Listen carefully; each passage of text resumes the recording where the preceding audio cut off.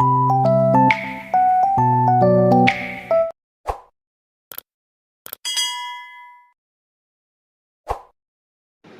పైన రిషి కోపంగా ఉంటాడు కదా, అలా మధ్యలో ట్రాఫిక్ సిగ్నల్ పడినప్పుడు కార్ దిగేసిందని రిషి కోపాన్ని ఎలా తగ్గించాలా అని వసు ఆలోచిస్తూ ఉంటుంది. రిషి వసు వంక సీరియస్గా చూస్తూ డ్రైవింగ్ చేస్తూ ఉంటాడు. సార్, నాతో మాట్లాడండి sir, please sir, sorry sir.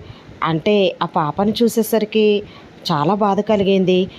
బడికి వెళ్ళాల్సిన బాల్యంలో ఆగిన ప్రతి కారుని తుడుస్తూ డబ్బులు అడుగుతూ ఉంటే మనసు చలించిపోయింది సార్.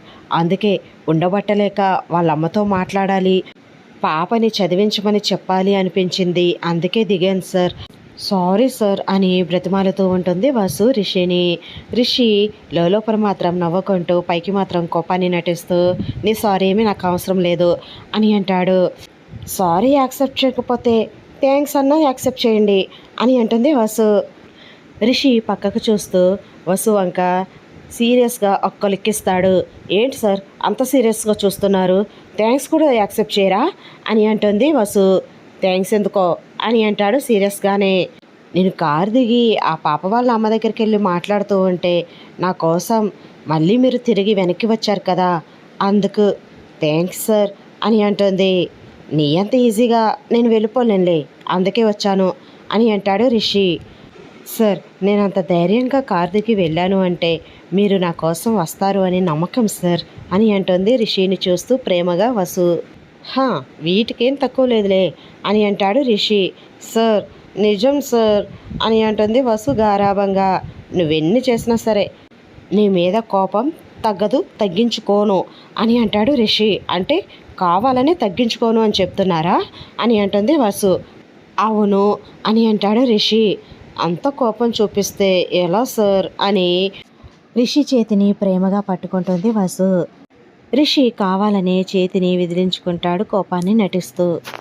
సార్, మీరు ఇలా చేస్తే నేను మళ్ళీ దిగేస్తాను, నా కోపం వస్తుంది అని అంటుంది వసు. దిగేయ్, ఈసారి అస్సలు రాను నిన్ను తీసుకువెళ్ళడానికి, నువ్వే నడుచుకుంటూ రావాల్సి వస్తుంది, అది గుర్తుపెట్టుకో అని అంటాడు రిషి. పర్వాలేదు సార్, నేను నడుచుకుంటా అయినా వస్తాను, నన్ను దించేయండి సార్, కారు ఆపండి సార్ అని అంటుంది వసు. కారు ఆపాలంట, పొగరు అని వసు వైపు ఒక సీరియస్ లుక్ ఇచ్చి కార్ డ్రైవ్ చేస్తూ ఉంటాడు రిషి. సార్, ఏంటి సార్ కారు ఆపమంటే ఆపరు అని అంటుంది వసు. కారు దిగాలి అనుకున్నది నువ్వు, నేనెందుకు కారు ఆపాలి? నువ్వు దిగాలి అనుకుంటే ఎలా దిగుతావో అది నీ ఇష్టం, నాకు అనవసరం అని అంటాడు రిషి. కారు ఆపకుండా నేను ఎలా దిగగలను సార్ అని అంటుంది వసు. అది నీ ఇష్టం, ఎలా దిగుతావో నాకు అనవసరం అని చెప్పాను కదా అని అంటాడు రిషి. అలా ఇంటికి వెళ్తున్నంతసేపు కారులో టామ్ అండ్ జెర్రీలా గొడవ పడుతూనే ఉంటారు రిషి వసు. ఇంటికి వెళ్ళిన తర్వాత వసు చేతిలో షీల్డ్ చూసి చక్రం గారు ఆశ్చర్యపోతారు. మాధవి ఆశ్చర్యంగా సంతోషంగా, మరిది గారు మీరు ఫోన్ చేసి డ్రాయింగ్ కాంపిటీషన్కి తీసుకువెళ్ళాను, వసుకి ఆట విడుపుగా ఉంటుంది అని, చదివి చదివి బోర్ కొడుతుంది కదా అని చెప్పారు కదా, వసు విన్ అయిందా, ఈ షీల్డ్ అదేనా అని అంటుంది ఆశ్చర్యంగా సంతోషంగా. వసు నవ్వుతూ, అవునక్క, కాంపిటీషన్లో నేను విన్ అయ్యాను, ఈ షీల్డ్తో పాటు ₹1,00,000 ప్రైజ్ మనీ కూడా వచ్చిందక్క అని చెప్తూ ఉంటుంది సంతోషంగా. చక్రం గారు కూడా చాలా సంతోషంగా, వసమ్మ పోటీలో పాల్గొన్న తర్వాత కప్పు కొట్టాల్సిందే, ప్రైజ్ రావాల్సిందే అని అంటారు చాలా సంతోషంగా. ఇంకా వసు కూడా చక్రం గారు అలా అనేసరికి చాలా సంతోషంగా అనిపిస్తూ ఉంటుంది. ఒకప్పుడు కప్పు చేతిలో పెడితే నాన్నగారు పగలు కొట్టారు, అలాంటిది ఇప్పుడు నాన్నగారు పొగుడుతూ ఉంటే ఎంత బాగుందో అని చాలా సంబరపడిపోతూ ఉంటుంది వసు. ఆప్యాయంగా చక్రం గారి దగ్గరికి వెళ్ళి చేతిలోని కప్పుని చక్రం గారికి అందిస్తూ నాన్న అని చక్రం గారికి ఇస్తూ ఉంటుంది. చక్రం గారు కూడా చాలా సంతోషంగా ఆ కప్పుని తీసుకుని ఇదివరకు జరిగిన సంఘటనను గుర్తు చేసుకుని, అప్పుడు తెలియక మూర్ఖత్వంతో నీకొచ్చిన కప్పుని పగలగొట్టానమ్మా, నన్ను క్షమించమ్మా, కానీ ఈ కప్పు నా చేతిలో పెడుతుంటే నాకు ఎంత ఆనందంగా ఉందో వర్ణించలేకపోతున్నాను. అప్పుడు మూర్ఖంగా మనసు లేని వాడిలా ఉన్నాను కాబట్టే అప్పుడు నువ్వు తీసుకొచ్చిన ఆ సంతోషాన్ని నేను గుర్తించలేకపోయాను, ఆనందించలేకపోయాను. ఇప్పుడు మారాను కాబట్టి ఆ సంతోషాన్ని పొందగలుగుతున్నాను, నాకు చాలా సంతోషంగా ఉంది తల్లి అని చక్రం గారు వసుని ప్రేమగా తలపైన చేయి పెట్టి ఆశీర్వదిస్తూ ఉంటారు. నాన్న, ఏవో గుర్తు చేసుకుని జరిగిపోయిన వాటి గురించి బాధపడడం దేనికి? ఇప్పుడు మీరు చాలా సంతోషిస్తున్నారు. ఆ సంతోషాన్ని ఎంజాయ్ చేయండి నాన్న. మీ కళ్ళల్లోని ఆనందాన్ని నేను చూడగలుగుతున్నాను. మీ మనసులోని సంతోషాన్ని నేను గుర్తించగలుగుతున్నాను. మీ కళ్ళల్లో ఆనందం చూశాను. అంతకంటే సంతోషం నాకు ఇంకేముంటుంది నాన్న అని అంటుంది వసు. అవును నాన్న, అప్పుడు తెచ్చిన కప్పుని మీరు విసిరికొట్టినా ఇప్పుడు తెచ్చిన కప్పుని ప్రేమగా తీసుకున్నారు. చాలా సంతోషిస్తున్నారు అని అంటుంది మాధవి కూడా. వసు చెప్తుంటే ఏదో అనుకున్నా. ఇదివరకు మా మావయ్య గారు ఓ రేంజ్లో ఉండేవారనమాట. అయితే ఇప్పుడు ఆయన మారారు. ఆయనలో చాలా మార్పు వచ్చింది. తన కూతురు విజయాన్ని సంతోషిస్తున్నారు అని రిషి కూడా చాలా హ్యాపీగా ఫీల్ అవుతూ ఉంటాడు. తరువాత జగతి మహేంద్ర రిషికి వీడియో కాల్ చేస్తారు. రిషి వీడియో కాల్ ఆన్ చేసి ఇంకా అందరూ కూర్చుని మాట్లాడుతూ ఉంటారు. కంగ్రాచులేషన్స్ వసు అని చెప్తారు జగతి మహేంద్ర ఇద్దరు కూడా. అత్తయ్య, మావయ్య మీకెలా తెలుసు అని అంటుంది వసు ఆశ్చర్యపోతూ. నువ్వు డ్రాయింగ్ కాంపిటీషన్లో ఉన్నప్పుడే రిషి మాకు వీడియో కాల్ చేశాడు. రిషి సమక్షంలో ప్రైజ్ తీసుకోవాలని రిషిని కూడా స్టేజ్ పైకి పిలిచారు కదా. అప్పటి వరకు మేము వీడియో కాల్లోనే ఉన్నాము. మిమ్మల్ని చూస్తూనే ఉన్నాము. నువ్వు వేసే డ్రాయింగ్ని చూస్తూనే ఉన్నాము. నిన్ను విన్నర్గా అనౌన్స్ చేసినప్పుడు కూడా మేము వీడియో కాల్లోనే ఉన్నాము అని చెప్తూ ఉంటారు. వసు ఆశ్చర్యపోతుంది. సార్ అని అంటుంది. రిషి నవ్వుతూ ఉంటాడు. అదేలా సాధ్యం అని అంటుంది వసు. వీడియో కాల్ ఆన్ చేసి మమ్మల్ని చూడమని అలా వదిలేశాడు. మేమేం మాట్లాడలేదు, రిషి కూడా ఏమీ మాట్లాడలేదు. మేము చూస్తున్నాం, రిషి కూడా చూస్తున్నాడు. సైలెంట్గా ఉన్నామంతే అని అంటుంది జగతి నవ్వుతూ. వామ్మో, నాకు తెలియకుండా ఇంత ప్లాన్ చేశారా అని అంటుంది వసు నవ్వుతూ. జగతి, నా కోడలంటే ఏమనుకున్నావు? కాంపిటీషన్కి వెళ్ళింది, ప్రైజ్ పట్టింది అని అంటాడు మహేంద్ర మీసాన్ని మెలితిప్పుతూ. మావయ్య మావయ్య, మీరు మరీ అంత పొగడేయకండి నన్ను అని అంటుంది వసు నవ్వుతూ. ఈ తల్లి కొడుకులిద్దరూ నువ్వు లేవని నన్ను ఆడుకున్నారు తెలుసా ఎన్నోసార్లు. ఇప్పుడు నువ్వు వచ్చిన తర్వాత వీళ్ళ సంగతి మనం చూడాలి అని అంటాడు మహేంద్ర. సర్లే మావయ్య, మీరేం బాధపడకండి. నేను వచ్చిన తర్వాత వాళ్ళిద్దరి పని పడదాము అని అంటుంది వసు కూడా నవ్వుతూ. ఇంకా రిషి, జగతి అబ్బో మేము ఇప్పటి నుండే భయపడుతున్నాంలే అని అంటారు నవ్వుతూ. సర్లే వసు, ఎగ్జామ్స్కి బాగా ప్రిపేర్ అవ్వు. హెల్త్ జాగ్రత్తగా ఉంచుకో. ఎక్కువగా స్ట్రెయిన్ అవ్వక వసు. రిలాక్స్ అవుతూ ఉండు మధ్య మధ్యలో చదువుతూ అని చెప్తూ ఉంటుంది జగతి. సరే అత్తయ్య అని అంటుంది వసు.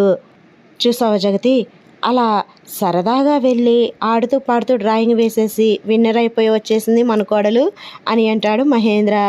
వసు టాలెంట్ గురించి మనకు తెలుసు కదా మహేంద్ర. వసు విన్ అవ్వకపోతే ఆలోచించాలి, కానీ విన్ అయితే ఆశ్చర్యం ఏముంది చెప్పు అని అంటుంది జగతి. అత్తయ్య మావయ్య ఇద్దరు కలిసి నన్ను పొగడ్తలతో ముంచేస్తున్నారు అని నవ్వుతూ ఉంటుంది వసు. అమ్మా, కాలేజ్లో ఏమైనా ప్రాబ్లమ్స్ ఉన్నాయా అని అంటాడు రిషి. లేవు నాన్న, కాలేజ్లో అన్నీ బాగానే జరుగుతున్నాయి, ప్రాబ్లం ఏం లేదు అని అంటుంది జగతి. సరే అమ్మా, ఉంటానైతే అని అంటాడు రిషి. సరే రిషి, జాగ్రత్తగా ఉండండి అని జగతి ఫోన్ కట్ చేసేస్తుంది. ఇంకా రిషి ఫోన్ పెట్టేసిన తర్వాత రూమ్లోకి వెళ్తాడు. వసు కూడా వెనకాలే వెళ్తుంది. ఏంటి సార్, ఇప్పుడు వరకు బాగానే మాట్లాడారు కదా ఫోన్లో, నాతో మాట్లాడరా అని అంటుంది గారాబం చేస్తూ. రిషి సీరియస్గా ఒలికిచ్చి ఫ్రెష్ అవ్వడానికి వెళ్తాడు. ఇంకా కోపం తగ్గలేదా అని వసు బొంగుమూతి పెడుతుంది. రిషి రాగానే, సార్ ఏంటి సార్ ఇంకా కోపం తగ్గలేదా అని అడుగుతూ ఉంటుంది వసు.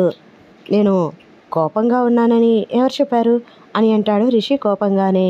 ఎవరు చెప్పాల్సిన అవసరం ఏముంది సార్, మీ మాట చెప్తుంది, మీ చూపు చెప్తుంది. మరి ఇందాక నుండి నేను మీతో మాట్లాడుతుంటే మీరు నాతో మాట్లాడకుండా అలా సీరియస్గా ఎందుకున్నారు అని అంటుంది వసు. అప్పుడు అలా ఉండాలనిపించింది, అందుకే అలా ఉన్నాను అని అంటాడు రిషి. అంటే నా పైన కోపం లేదు, తగ్గిపోయింది అంటారు, అంతే కదా అని అంటుంది వసు. అలా నేను చెప్పలేదు కదా అని అంటాడు రిషి. కోపం లేదంటారు, కోపం తగ్గలేదు అంటారు. ఏంటి సార్, నేనేం చేయాలి ఇప్పుడు అని అంటుంది వసు. నువ్వేం చేయాలో నన్ను అడిగితే నేనేం చెప్పాలి అని అంటాడు రిషి. నాకు అర్థమైంది, మీరేం చెప్పక్కర్లేదు అని రిషికి దగ్గరగా వస్తుంది వసు. లోపల సంతోషపడుతూ పైకి మాత్రం ఏం చేస్తున్నావు, ఇలా దగ్గరకు వస్తున్నావేంటి అని అంటాడు చాలా అమాయకంగా. నేనేం చేస్తున్నానో మీకు తెలియదులేండి. మీరు చిన్న బాబు కదా అని రిషికి దగ్గరగా వచ్చి ముద్దు పెట్టేస్తుంది వసు. ఏ మా అమ్మకు చెప్తాను అని అంటాడు రిషి చిన్న పిల్లవాడిలాగా. సరే ఫోన్ చేసి చెప్పండి మీ అమ్మకి అని ఫోన్ అందిస్తూ ఉంటుంది. ఏ ఏంటి అలా బెదిరిస్తున్నావు అని అంటాడు రిషి. చెప్పండి మీ అమ్మకితో చెప్తానన్నారు కదా చెప్పండి అని అంటూ ఉంటుంది వసు. ఇలా బెదిరిస్తే మా నాన్నకు చెప్తాను అని అంటాడు రిషి. హా ఇద్దరికి నేనే ఫోన్ చేస్తాను మాట్లాడండి, వీడియో కాల్లో ఇద్దరు మాట్లాడతారు సరేనా అని ఫోన్ చేయబోతూ ఉంటుంది. ఏ ఆగు ఏదో సరదాగా అన్నాను అని ఫోన్ లాక్కుని పక్కన పడేసి వసుని హక్ చేసుకుని ప్రేమగా దగ్గరికి తీసుకుంటాడు రిషి. ఇలా ముద్దు పెట్టించుకోవడానికే కదా ఇలా కోపంగా నటించారు ఇప్పటి వరకు అని అంటుంది రిషి కౌగిలిలో ఉన్న వసు. ఇలా చేయకపోతే నువ్వు నా దగ్గరికి రావు కదా అని అంటాడు రిషి ప్రేమగా వసుని కిస్ చేస్తూ. ఇందాక ఏదో మీ అమ్మకు చెప్తానన్నారు, బెదిరిస్తున్నాను అని మీ నాన్నకు కూడా చెప్తానన్నారు కదా, ఫోన్ చేయండి, ఫోన్ చేసి చెప్పండి, ఇంతకీ ఏమని చెప్తారు అని అంటుంది వసు నవ్వుతూ. అబ్బా అది వదిలే వసు అని వసుని దగ్గరకు తీసుకుని అంటాడు ప్రేమగా గారాబంగా.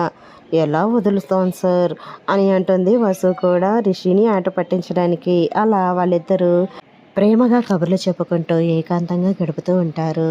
ఐ హోప్ వీడియో నచ్చితే కనుక లైక్ చేయండి ఫ్రెండ్స్. మన ఛానల్ని ఫస్ట్ టైం చూస్తున్న వాళ్ళైతే సబ్స్క్రైబ్ చేసుకుని బెల్ ఐకాన్ ప్రెస్ చేయండి, షేర్ చేయండి, కామెంట్ చేయండి మీ అభిప్రాయాన్ని. Thanks for watching. Bye bye.